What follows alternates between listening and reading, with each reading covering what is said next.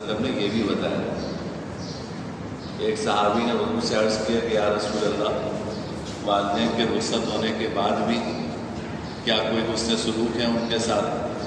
تو آپ نے 4 کام بتائے۔ آپ نے فرمایا کہ پہلی بات یہ ہے کہ تم ان کے جانے کے بعد ان کے لیے دعا کیا کرو،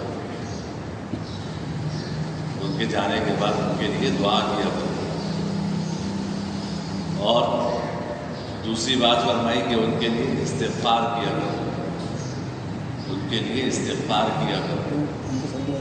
اور تیسری بات بیان فرمائی کہ جو رشتے صرف والدین کی وجہ سے ہیں ان کے ساتھ اس سے سلوک کیا کرو۔ یعنی والد کی وجہ سے جو رشتے ہیں، ظاہر چچا ہے تو وہ والد ہی کی وجہ سے چچا ہے، دادا ہے تو وہ والد کی وجہ سے دادا ہے، تایا ہے تو والد کی وجہ سے تایا ہے، پھپھی ہیں وہ والد کی وجہ سے پھپھی ہیں، خالہ ہے وہ والدہ کی وجہ سے خالہ ہے، ماموں ہے ان کا رشتہ والدہ کی وجہ سے ہے۔ تو جو رشتے ایسے ہیں کہ جو تمہارے والدین کی وجہ سے ہیں ان کے ساتھ اس نے سلوک کیا کرو۔ اور چوتھی بات بیان فرمائی کہ تمہارے والدین کے جو اہل محبت ہیں، ان کے جو دوست ہیں، ان کے ساتھ اس نے سلوک کیا۔ تو گویا کہ مایوسی کا راستہ ہماری شریعت میں، ہمارے دین میں کہیں نہیں ہے۔ تو اگر کسی کو والدین کی نعمت میسر نہیں ہے، ان کا سایہ سر سے اٹھ چکا ہے، تو اب کرنے کا کام یہ ہے کہ بھائی ان کے لیے خوب استغفار کرو، ان کی درجات کی بلندی کے لیے خوب دعا کرو۔ حدیث میں آتا ہے کہ ایک شخص والدین کا نافرمان ہوتا ہے اور پھر وہ والدین کے جانے کے بعد ان کے لیے دعائے مغفرت کرتا رہتا ہے یہاں تک کہ اللہ اسے والدین کے فرما برداروں میں لکھ دیتے ہیں۔ والدین کے لیے اتنی دعائیں کرتا ہے کہ اللہ تعالیٰ اسے والدین کے فرما برداروں میں لکھ دیتے ہیں۔ تو والدین کے لیے خوب، جن کے والدین رخصت ہو گئے ان کے لیے خوب دعاؤں کا اہتمام کرنا چاہیے۔ ان کی مغفرت کی دعا کریں، ان کے درجات کی بلندی کی دعا کریں، آخرت کے منازل کی آسانی کی دعا کریں۔ اور یاد ہو تو یہ دعا کیا کرے، اللہم اغفر لہ وارحمہ وعافہ واعف عنہ۔ حدیث میں آتا ہے کہ یہ اس الفاظ کے ساتھ جانے والے کے لیے دعا کرنی چاہیے۔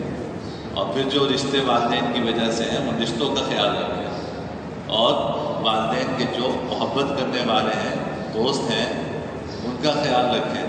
جناب نبی کریم صلی اللہ علیہ وسلم تو اپنی اہلیہ حضرت خدیجہ کی سہیلیوں کے گھر گوشت بھجوایا کرتے تھے۔ یعنی آپ کی اہلیہ مکرمہ ہماری ماں حضرت خدیجہ، جب ان کا انتقال ہو گیا، حضرت عائشہ فرماتی ہیں کہ جانور ذبح کبھی کرتے تھے تو اس کا گوشت حضرت خدیجہ کی سہیلیوں کے یہاں بھجوایا کرتے تھے۔ تو یہاں تو والدین کے جانے کے بعد نہ رشتے یاد رہتے ہیں اور نہ ان کے دوست احباب یاد رہتے ہیں، حالانکہ ان کے دوست احباب اور ان کی وجہ سے جو رشتے ہیں ان کا خیال رکھنا یہ حقیقت میں والدین کا خیال رکھنا ہے۔ حقیقت میں یہ والدین کے ساتھ اس نے سلوک ہے۔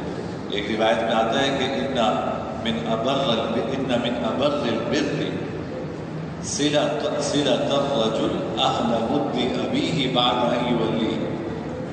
فرمایا کہ سب سے بڑا حسن سلوک یہ ہے کہ والد کے جانے کے بعد ان کے محبت کرنے والوں کے ساتھ انسان اس نے سلوک کرے۔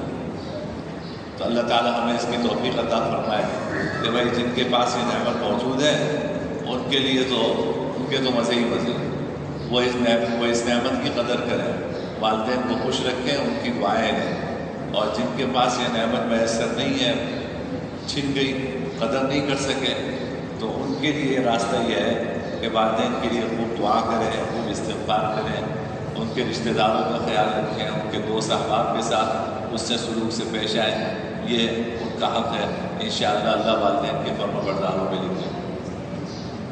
الحمدللہ رب العالمین والعاقبۃ للمتقین والصلاۃ والسلام علی سیدنا محمد۔ اللہم لک الحمد لا نحصی ثناء علیک انت کما اثنیت علی نفسک، لا الہ الا اللہ سبحان اللہ رب السماوات والارض۔ اللہم انک عفو کریم تحب العفو فاعف عنا یا کریم۔ رب اغفر وارحم وانت خیر الراحمین، رب اغفر وارحم وانت خیر الراحمین، رب رب ارحمهما كما ربياني صغيرا.